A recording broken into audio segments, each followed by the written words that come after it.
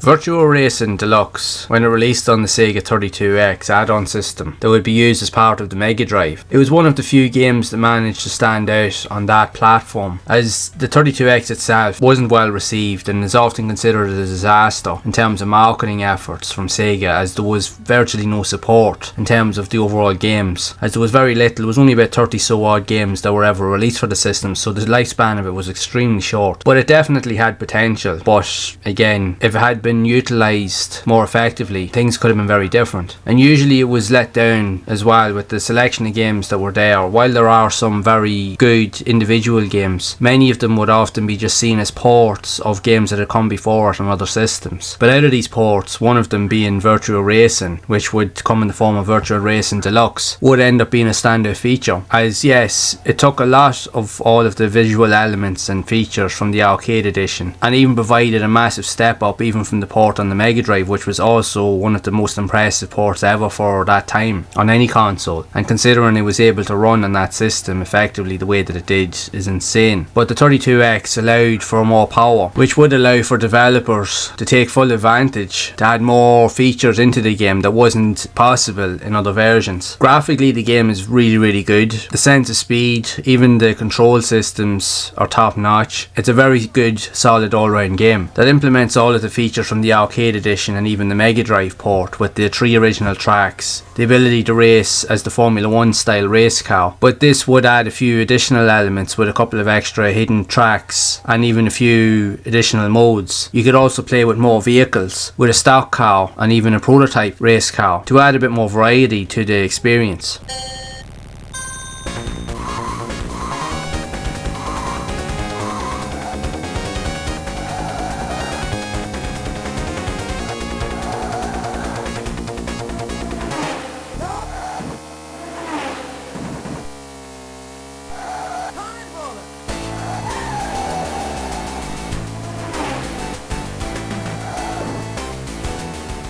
For many, you could see it as just being a typical straight port, but just with a few added extra features, and on the surface that's what it looks like. But considering the lack of first party support and even the games that were available for the 32X, it wasn't really hard to stand out, in fairness. But what it does offer, there's enough here to keep you playing. But again, and I've covered this in previous videos, there would be more ports of the game being added, even to the likes of the Sega Saturn, and even way beyond in later years with the PlayStation 2. That pretty much would become the definitive experience of the game itself. They will boast everything from the arcade original, but add in even more features, like with the prototype cars, even to a point that you could race as a go-kart, and has even more tracks, up to at least 10 in total, which wasn't possible in earlier versions. But if you're a games collector and you don't have those editions, but you have a 32X, Virtua Racing Deluxe should be among your first games that you should get as part of your collection. It is a must-have, essentially.